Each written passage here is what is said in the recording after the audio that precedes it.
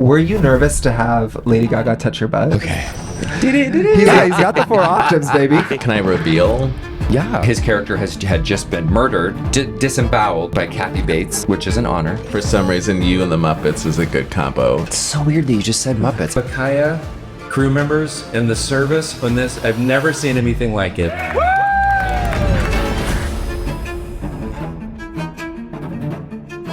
Hey, it's Trevor Cruella Dow. And it's Kevin Jafar DeKemp. And this is BTV, the definitive podcast for all things LGBT travel, Pop culture. and where we share diverse perspectives from members within our community.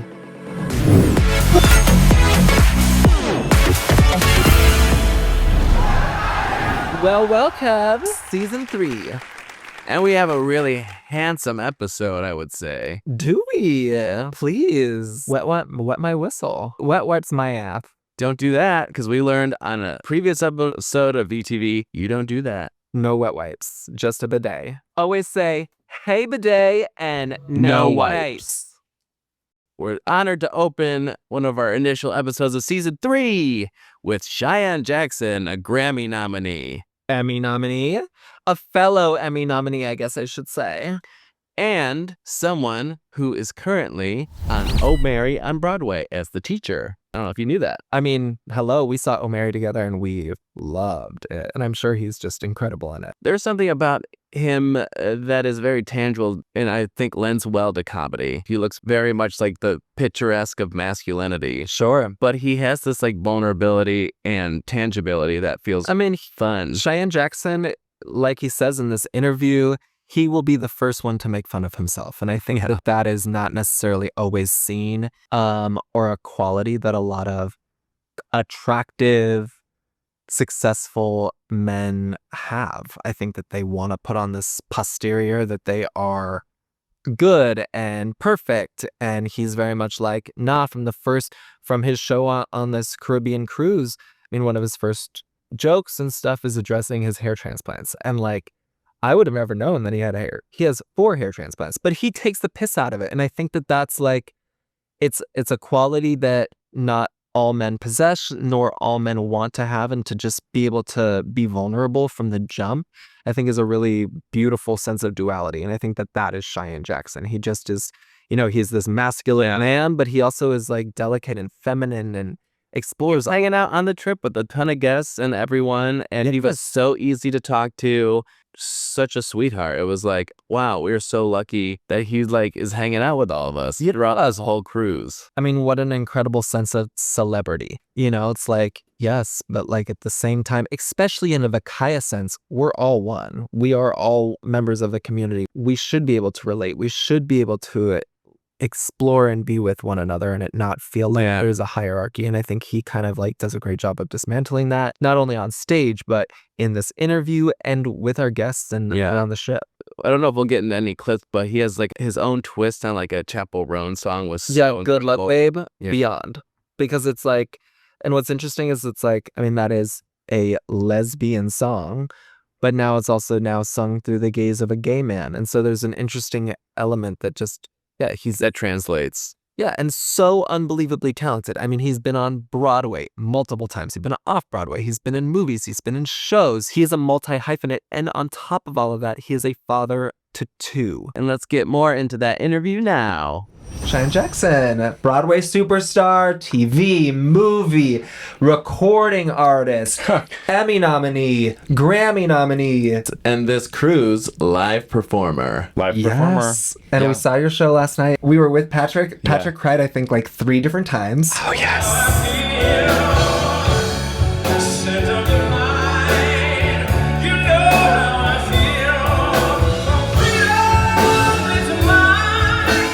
Mission accomplished. Thank you. The emotional journey was very curated. What goes into that kind of show?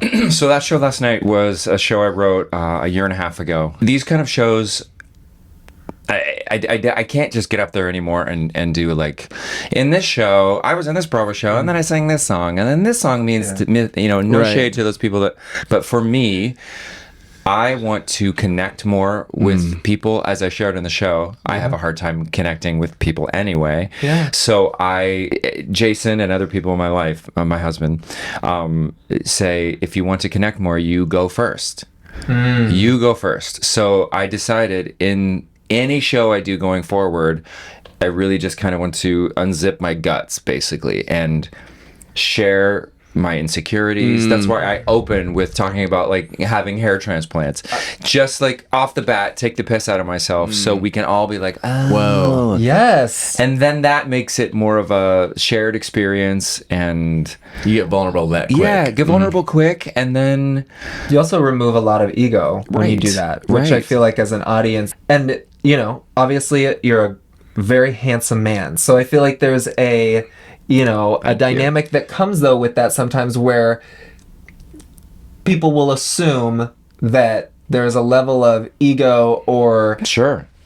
something that comes with that. So when you can kind of say, look, like I'm more than happy to let you know, like these are all the things that I from 19 years old have been insecure about. Yes. And discuss them and talk about them so that the audience can be like, okay, wait. Yeah. Not only is he handsome, but he's got a great voice. He's got his own things, just like all of us. So Thank it allows you. your audience to relate and Yeah. feel connected right from the get-go. And it's funny when you talk about saying like the hair transplant from the beginning, because it is kind of like It's a weird phenomenon. Uh-huh. well, and it's something for us, like we're kind of in the midst. Like I have two friends who are one's in their 26. Just doing that. I know You'll where be- you're you'll going be with fine. this, but But like No way. it is like say a it's prayer. for a lot of men. It's like the unsaid. Yes. It's becoming more and more of a thing where people are openly talking about, I'm Yes. going to Turkey, I'm going to go do my thing. But it used to be never something you talked Right. about. So, yeah.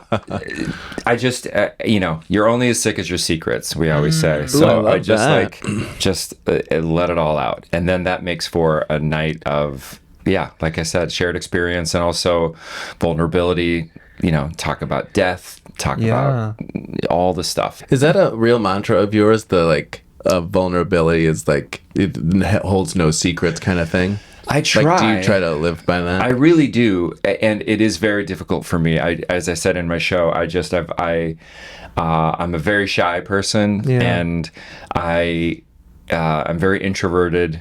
And so when I'm not on stage, I have a hard time connecting with people. So if I'm, like this cruise is very difficult. Yeah. So I have to really, get myself a pep talk before I go out. It's just the way I am. I've always been like that. Just like a social anxiety.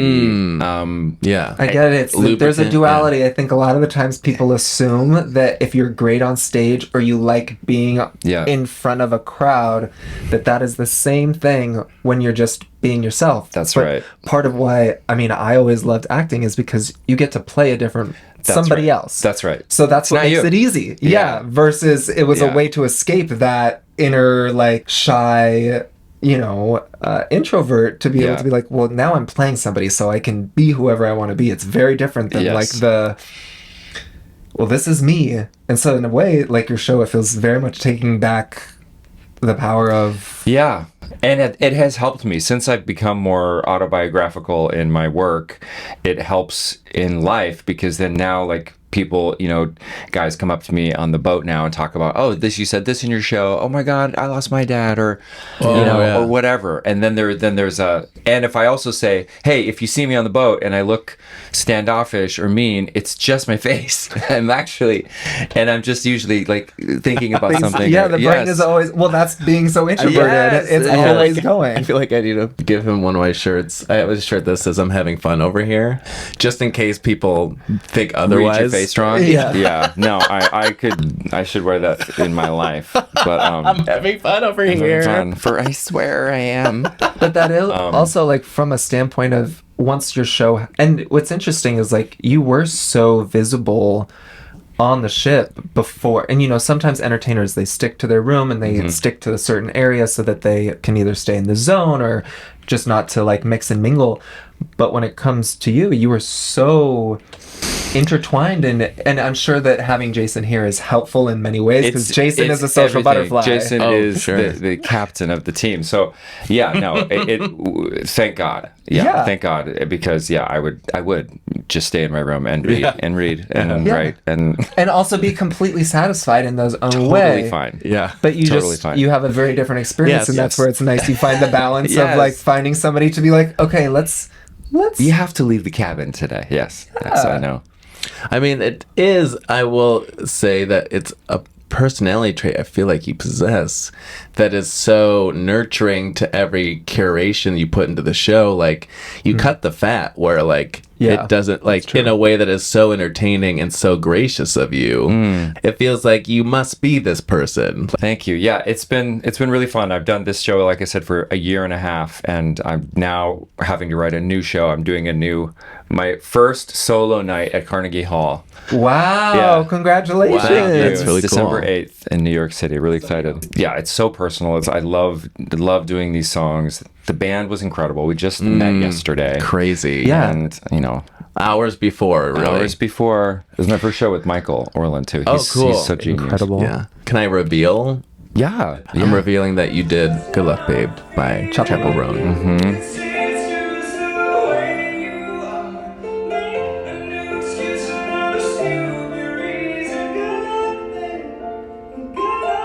Was that your first time doing that? Or? Yeah. That's an exclusive? That is an exclusive. It's my first time doing the entire song. I just learned the bridge yesterday. And a couple little gigs. I've just done a couple verses, and that's just kind of how test the waters out. Yeah, Yes. I want to see how it fits in my voice, and there's something about that song, and there's something about those lyrics. Made me double think, like, oh, this is kind of a sweet song. Well, And not Kinda really. sad. yeah, I mean, Ew. she's saying good luck. Good Yeah. luck It's like with saying your goodbye new to a life. love. Yeah. When you wake up next to him in the middle of the night with your head in your hands, you're nothing more than a wife. And when you think about me all those years ago, I hate to say it, but I told you so. Yeah. Wow. It is a told you so it song is of fully like a told you so song. Yeah. it is like you missed out Yeah. on what this Oh, love she's so could have good. been. She's so good. And to be that young, and also from a queer experience. And what's so great about another queer artist, or I guess like I think she identifies as a lesbian, but like a lesbian writing a song like that, it translates so well to a gay male perspective too. Yeah. Like and you it- don't have to change any pronouns. You just sing it like it is. Yes. And it works. Yeah. yeah, and so there was just like, and I hadn't heard it in that way, slowed down like that. I mean, Chapel, like that whole album, my gosh, like I know. It's so fun to be alive when there are new artists like this. You're just like, oh, this year was so good for music too. But one of my Doechii, questions yeah. was like, who are some of your, Oh, yeah. because now you're like working on the new show. Are there other artists that you're like Getting inspired by.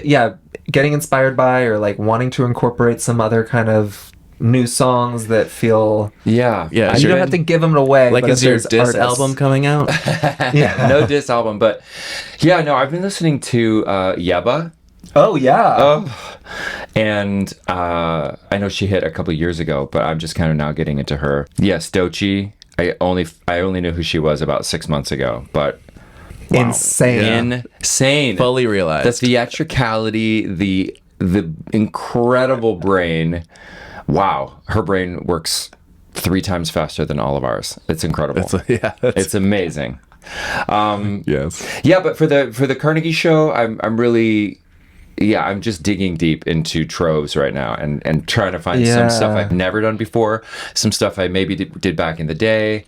I'm gonna bring some guests. It's gonna be major. fun. That sounds so fun. It's gonna be really cool. And maybe this is a little tie-in, but you were, one of my first, like, I guess, introductions to you was on Glee. And so is there a song that now, if Glee was happening now and you were on Glee, that, I mean, is it Good Luck? Or like a song that you would love that to would be sing good. on Glee? It'd be like that. It'd be something like that. Yeah. Or it'd be like a Billie Eilish song. Or Yes. yeah. Yeah, your range is insane. Thank What you. is your like? Yeah, do you have like What vocal is your warm-ups every octave day? range? I mean, Just 4 little octaves. I was gonna say like, is it? It is 4. Yeah, that's- it's a little 4 like 4 and a few notes. Yeah. I had no thank you for idea. noticing. Yes, it's something I as when I first started singing, I had a singing teacher, Mr. Caldwell.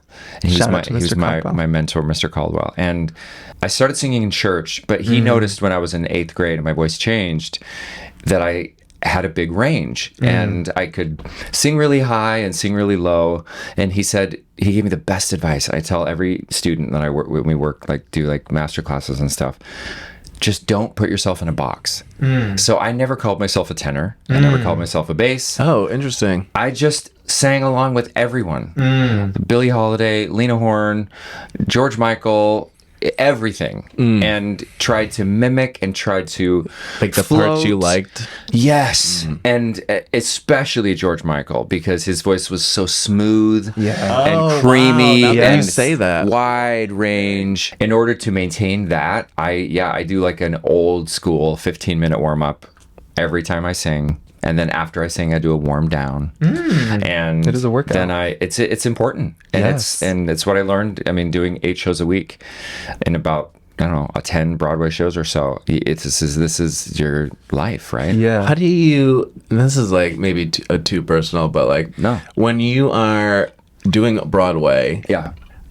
the backstage existing of doing that, like, I'm just trying to picture you, an introvert, backstage of a Broadway show with Does it so give many you- personalities. Does it give you an excuse to hide from No, humanity? No, you actually, once I get in a show, and because theater people are like circus people, carnival people. Absolutely. In the best way. In the best way.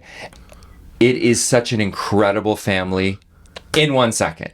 Yeah. And that's my favorite thing about it. And so I actually immediately give myself over to the process, and I get really personal, and I share things, and we become close. So I can feel safe and they can feel safe. And yeah, and as I got older, I thought maybe that would go away, but I just did a production of La Cage. Yeah, in LA, in Yeah, in LA. Pasadena. Yeah. Sam Pinkleton, who directed Oh Mary on Broadway, directed us. Oh my God, cool. So cool. And I hadn't been in a show in a long time, and it was a brand new cast of people, and it was the same thing. I was like, oh my God, you just jump right in. Yeah. No, backstage is Okay. It's my safe space. Yeah, Okay, yeah, good. because they're all weirdos like me. So Yeah, in your That's nice. own ways you find the puzzle pieces that 100. somehow, and I We guess are that's all- part of being a great director, is being like, okay, what personalities will all That's kind right. of work Oh, as well right. together, so that Yes. it's not just what looks great on stage, but also backstage. 'cause yeah, and that's all. Sam's whole thing is just like finding the most incredible, weird misfits, and then putting them together in this puzzle. And it was really fun. obviously times change. You have a family now. Yeah. Like your kids are 8. Would you ever do Broadway, or do you think that, again, is there a show that we just talked about Oh Mary, but It would have to be. So I took about a 11-year break from Broadway. I hadn't done anything, and I just worked in television and film, and then I went back for Into the Woods to sub in for my bestie Gavin. Yeah, and I didn't know if I could do it again. It's so mentally taxing to do. Yes, on your body. Yes, on your heart. Yes, on your voice. But mentally, to get yourself there every single night, again and again and again, and then one day off, and then again. But yeah, I got right back into it. I loved it. So I think for the right, I guess then I did Once Upon a Mattress at City Center.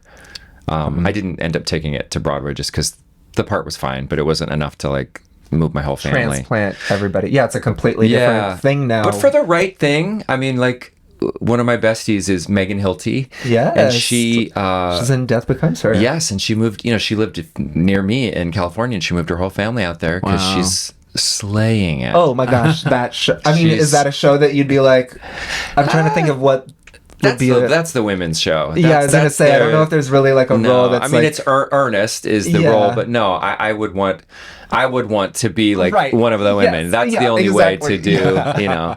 a little gender swap, I mean, you know. He's got he's got the 4 octaves, baby. Come on. Yeah, no, I would for the right thing, but it would probably be a play at this point. It'd probably be like a limited run play, you know, like an O'Mary or something short, you know, like 6 months total. So you talked about now kind of in this process of I love those. spilling your gut. I know, I'm like, where did you get those? Spilling your guts. Mm-hmm. In the show, you talked a little bit about Leslie Jordan. Yes. And one of your favorite moments. Yes, I did. I mean, Well, it's like hi. he's back. And I don't know if you know this, but Leslie Jordan was actually on our inaugural cruise. Yeah. So, you know. I heard all about it. Oh, really? Oh, yeah. I Yeah, bet. did he have I some- hope, did I he hope tell had you some fun. stories? I hope he had He some loved, fun. you know, Leslie is, he has always, he's life of the party. Yes. Life of the party. Extrovert. Yes, exactly. Where you're like, Just hi there. Yeah. Oh my God. I'm sure in so many ways an inspiration, you know, and I'm sure he was very inspired by you as well. Would you mind sharing that story that you kind of shared during the course. show during Yeah. AHS? Sure. Just because you were talking about spilling your guts, so I went, oh. Oh yeah. So Leslie Jordan and I, we were friends before we did Call Me Kat, but we did a season of American Horror Story together. Season 5, Roanoke, and his character we were shooting out in the woods. It was like 3 a.m, and everybody was loopy because you're so tired, and there was like, you know, fog rolling in, and his character had just been murdered, disemboweled by Kathy Bates, which is an honor. Yeah, I was gonna I've say. been murdered by Kathy 3 times. Yeah, I wanted to talk about that too. Yeah. And so he's just been murdered, and he was holding his fake guts in his hand, and then somehow he convinced 2 hunky crew members to hold each end of the guts like a jump rope, and then proceeded to jump rope with his guts while singing "Vagina, Vagina, North Carolina." That is him in a nutshell. It feels like a fever dream. Like It was. People were just like, and I'm sure you're like filming at night and you're already loopity, and you're like, where do you get this and energy? Kathy, it's just Who Who gave Leslie candy? Leslie. Did you have a favorite Kathy Bates kill? In your We just talked about this, she and I. I just did an episode of Matlock. Oh yeah, and also shout out to Kathy Bates she just won a Critics' Choice Award for Matlock or something, right? Yeah. She's the best. What was my favorite? Let me see. I would say probably in Apocalypse, my last season on that show. We were both well, first I burned her at the stake. I had all this eyeliner on, and me and Sarah Paulson had these hats, and we were just super cunt, and we were sitting, and I love burned that. Kathy at the stake, her and BD Wong, and then she comes back to life. So we're at a gas station, and she had to jump on my chest. She really did it. She like jumped on me, straddled me, slit my throat, and then set me on fire. Oh my God. Yeah. So not only did she kill you 3 times, but you've also been straddled by I've Kathy also been Bates. straddled by Kathy Bates, yes. And Angela Bassett. Angela Bassett killed me the first season, and she like, in one take too, she's like, "I'm gonna jump on you," and I'm like, "Okay." She's like, "You ready?" I'm like, "Yeah," and she just was like, "Wow," and then bit into my neck and blood, and she just was like, Angela Bassett. Angela Bassett. Yeah. Oof. I also we'll move on from AHS, but were you nervous to have Lady Gaga touch your butt? Because that's like I use that GIF. I mean, I don't want to sound like a whore, but it's a very... It's made the rounds again recently. It was like somebody, somebody posted it who had a bunch of followers, and I got it sent to me a lot. Oh, really? Yeah. That season holds a very special place in my heart and my butt. I hope so. Well, first of all, let me just say, meeting her, I didn't say this in the show, but meeting her and working with her was one of my... I was such a fan. I'd seen her in New York like 3 times before. She was like... Yeah. And then she, blew up to where she was. And on the first day of meeting her, I was so nervous, and as I get. And Jason's like, "Just fine, you're just be yourself." And I'm like, who is that? And and then I'm on set. And they say, Lady Gaga would like to meet you. I'm like, oh shit, it's happening. It's getting ready to happen. So I come out of my trailer and I go to the soundstage, and she's already on set, and she's behind this big scrim because of why not? Yeah. And I walk around the corner and she's fully in character, like wig, lit cigarette with the holder. Yeah, the character just like, so and she was like already in character. And I was like, oh God. And she was like, Will Drake, I was wondering when we were going to meet. And she puts her hand out for me to kiss it. And I was thinking, is this bitch in character? Like, or is this, like, oh my God. And so I awkwardly bent down to get ready to kiss her hand. And she's like, I'm just fucking with you. My name's Stephanie. She's like, just completely real as fuck. Super, super chill and cool. And the thing, I was talking to a friend about her recently. My favorite thing about her was her openness. She told us all, she was like, you guys, I just want to be great. And so if I'm on the wrong spot, and if I'm blocking a camera, just like move me. And she was just soaking it in. And she already was so great, but even by the end of that season, she was this phenomenal actress. Yes. And her confidence. But yes, when it comes to the naked stuff, I'd never done a nude scene on TV. Right. And, sure. She's very comfortable being naked. Yeah. She took care. She was like you wanted her to be. She was Mother. She was Mother Monster. Yeah. And I remember, like, I loved the feeling of her nails, and she was like, even in between takes, she would just be like caressing me, and I was like, oh, it was. You're like, am I straight? It was. There were moments like while we were, because we got really, really. Yeah, you had. I mean, some of those scenes. And we shot this really, really hardcore 3-way scene. Yeah. Oh yeah. That was cut. It didn't make it to air. It was Did you have an orgy in that? Matt had an orgy with her. Oh, okay. Yeah, maybe that's what I'm thinking. Okay. But no, I had a 3-way scene with her and Finn Whitrock, and it was. I was like, how can they show this? This is like porn. Oh, really? And they didn't. They cut it. Okay. FX was like, all right, Ryan, you're straddling. We got to shoot it, and I have the memories. Yes. Gosh, I just can't. I mean, the career, I can't even imagine, like, the little gay boy inside you must just be like, how have I been able to, but also a testament to you of, like, you deserve it, like, thank you. You've been able to do all of these things that, whether you were gay or not, I mean, incredible, like, resume and list of just accomplishments. And on top of that, being a father, like, you've managed to, like, do it all from, like, a young queer self. Like, I have so much admiration for, like, what you've created, because it is a blueprint. Well, Thank you. and it's paved not the way. It's not the blueprint for the majority of what I feel like we see in gay role models and gay spaces. And so it's, a testament to, like, you can still come on these trips, have fun, and, like, socialize and do all of those things, but then be able to go back and, like, and for me, I always worry that, like, especially now that we don't have enough people raising kids to make sure that we will be okay in a good place in a good place in the future. And so, like, I really am grateful that there are, that journey is admirable. That there are thank you. Gay and lesbians who are raising families, because I can't imagine how difficult and scary it is. And luckily, like, you're in California, so like, there's that added bonus. But, like, even then, like, I'm sure that there are components that. Yes. I mean, being a parent is the most profound, painful, beautiful, exhausting, delicious experience I've ever dreamed of having. Yeah, this week I'm, dancing with no shirt on and having the best time with everybody. And next week I'll be at soccer practice on Monday and tennis practice on Wednesday and ballet on Saturday and loving it. Yes. It's just, this is what, well, first of all, you said so many kind things. I want to thank you for that. And I am very, it is not lost on me, the things I've gotten to do in my life. And I'm really still feel like I'm just starting.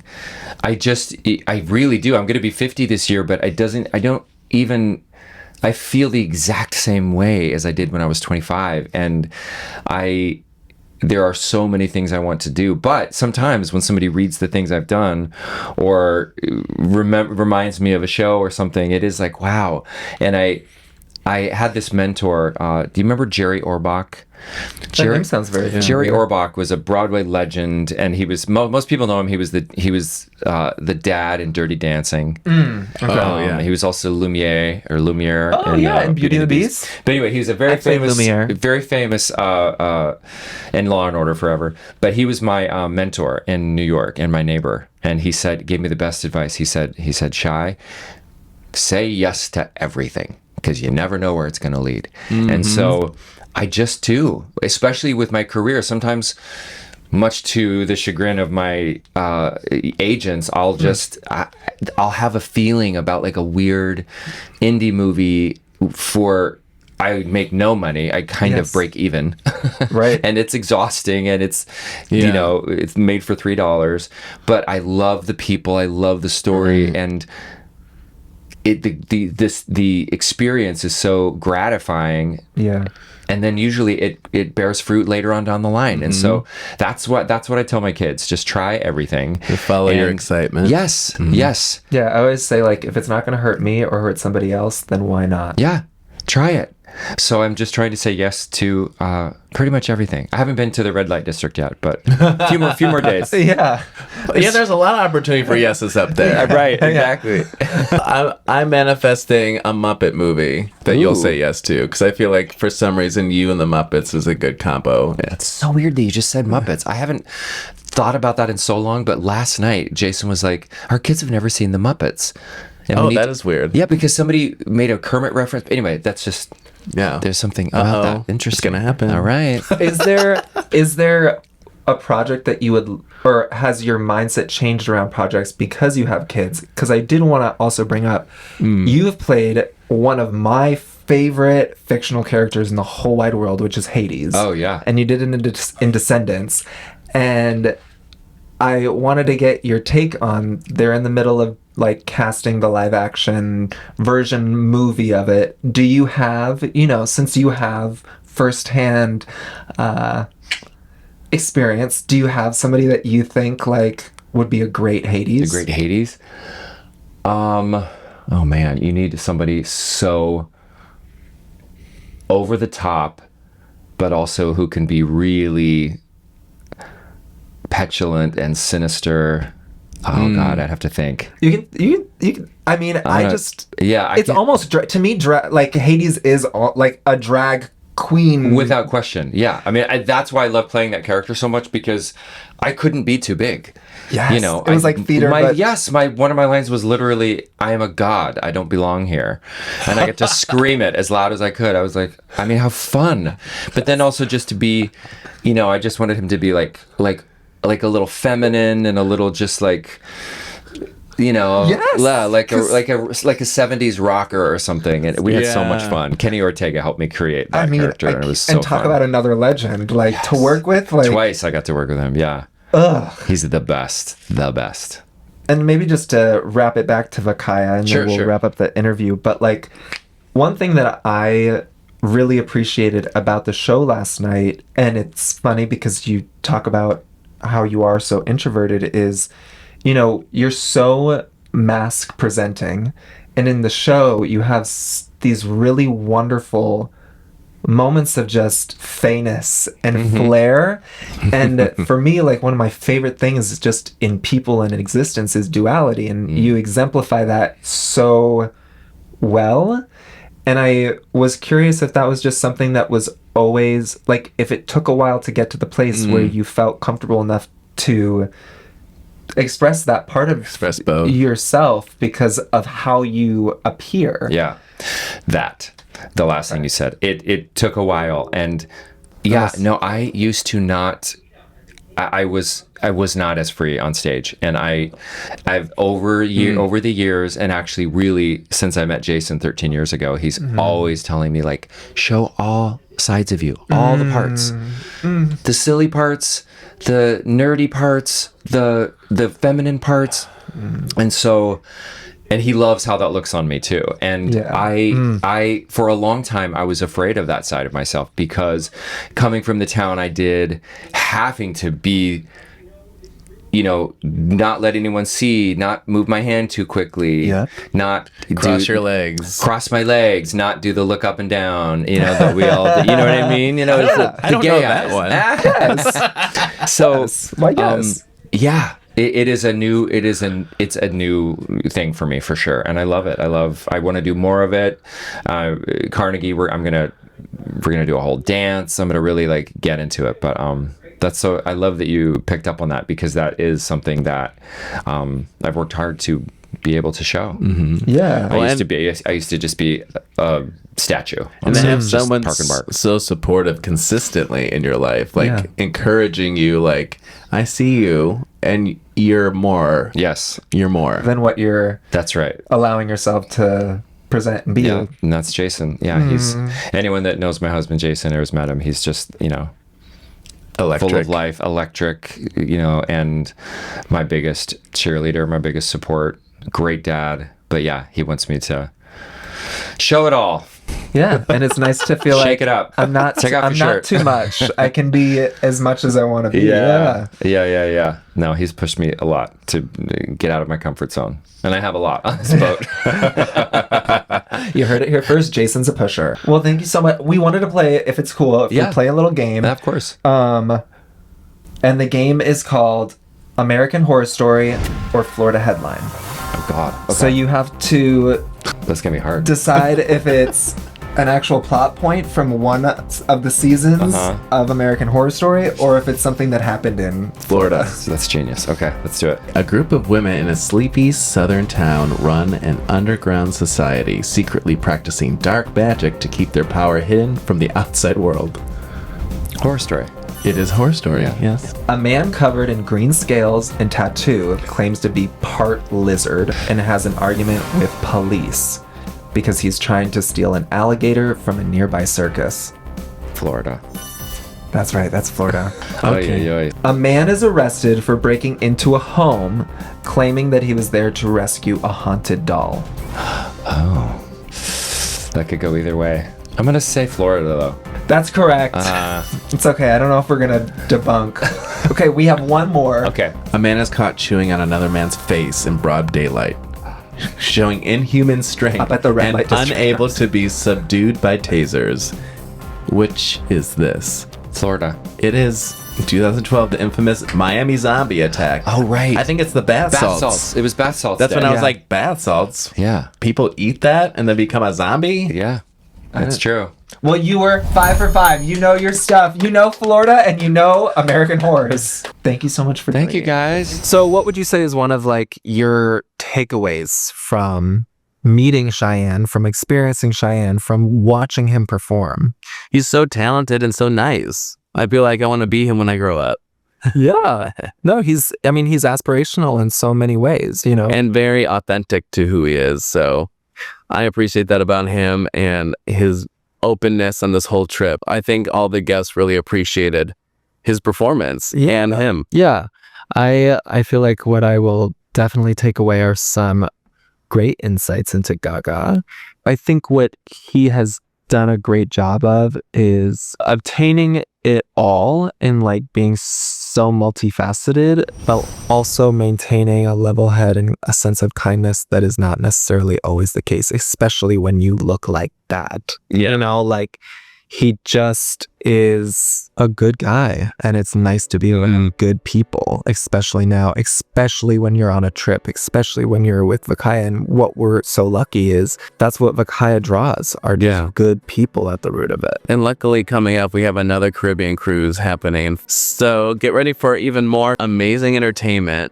Yes, incredible lineup.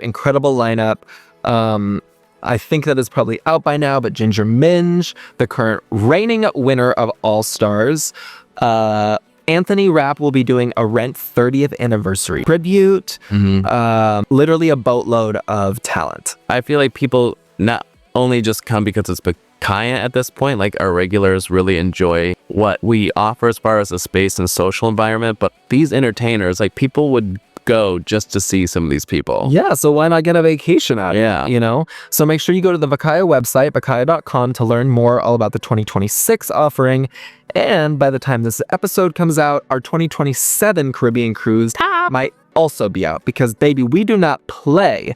And also, these trips sell out. So if you want to join us, if you want to experience it, please book early so you don't miss out. And you can bring your friends. Make sure you all go together. I'll get a room. Yeah, or you can travel solo. Yeah, or you go by yourself. Baby, that's duality. Kevin, it's been a great episode. Yeah, and I'm excited and nervous for next week's episode. Intense. Yeah, intense episode, intense time, and I'm grateful that we were able to experience it together. So we'll see y'all next time for the next episode of VTV.